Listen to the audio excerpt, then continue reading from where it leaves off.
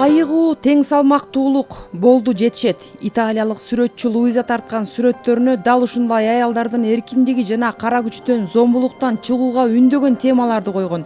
14 жыл мурда өмүрлүк жолдошунан катуу зомбулукка кабылган айым ошол убакыттан тарта өзүнүн таланты аркылуу дүйнөдөгү зомбулукка кабылган аялдарга унчукпай отура бербей өз укугун билүү керектигин даңазалап келет. I keep inspiration. Жолдошум менен чогуу жашаган 2,5 жыл бою тозок деген эмне экенин көрдүм. Ал адам мага үйлөнгөнгө чейин башка, үйлөнгөндөн кийин такыр башкача болуп чыга келгенине азыркыга чейин таң калып бүтө албайм. Ичимде көп жыл сактап жүргөн ызаны, сырларымды ушундай искусство катары жарыялап келем. Мен тартып аткан сүрөттөгү көрүнүштөр көп аялдардын жашоосунда бар экенин билгенден кийин аларга абалдан чыгууга жардам берип, жан дүйнөсүн козгогум келди. Көргөзмөнүн максаты жөн гана искусство дүйнөсүнө сүңгүү эмес, Италияда аялдар зомбулукка кабылганда мамлекет, коом тарабынан кандай мамиле болору тууралуу маалыматтарды бөлүшүп, айымдардын жеке өсүүсү, оор кырдаалдан чыгуусу боюнча пикир алышуу болду. Чындыгында көргөзмөгө коюлган ар бир сүрөт баардык улутка түшүнүктүү болгудай сөзү жок сүйлөп, көрүүчүлөрдүн кубулуна толуп турду. Аял бул эне, аял бул келин, аял бул кыз. Ар бир эркектин өзүнүн энеси бар, аялы бар.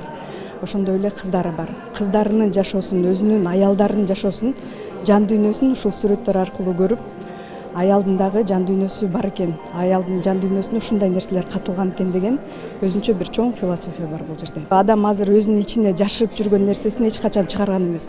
Бул сүрөттөр аркылуу ички дүйнөсү дагы бир жолу көтөрүлүп, бул өзү менен иштөө жолун азыр таап башташат. Кыргызстанда аялдарга карата зомбулук азайбай келет. 2022 жылы үй бүлөлүк зордук зомбулуктан 8.000ден ашык аял жабыркаган болсо, былтыр бул көрсөткүч дагы 1000ге жогорулаган. Ички иштер министрлигинин маалыматы боюнча 2023 жылдын статистикасын карап көрсөк, үй бүлөлүк зордук зомбулуктар боюнча катталган фактылардын саны 13.000ден ашты. Ал эми ошол эле сан 2022 жылы 8.000ден эле кичине ашкан болчу да. Ошондуктан бүгүнкү күнү ошол көрсөткүчтөрдүн өсүшү бул эч кимге деле сыр эмес. Бүгүнкү күнү Кыргызстандагы негизинен мыйзамдарыбыз жакшы, бирок ошол мыйзамдын кээ бир ошол мен айтып кеткен 17 субъекттин өз ара аракеттенүүсүнүн жоктугунан, натыйжалуулуктун төмөн болушу ушул себептердин бири деп ойлойм да.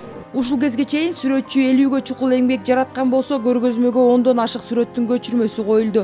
Луиза айымдын сүрөттөрүнүн түп нускасы Италияда кеминде 6000 евродон жогору сатылып келет. Гапаратиев атындагы көркөм сүрөт өнөр музейинде өтүп жаткан иш-чара 2 августка чейин уланат.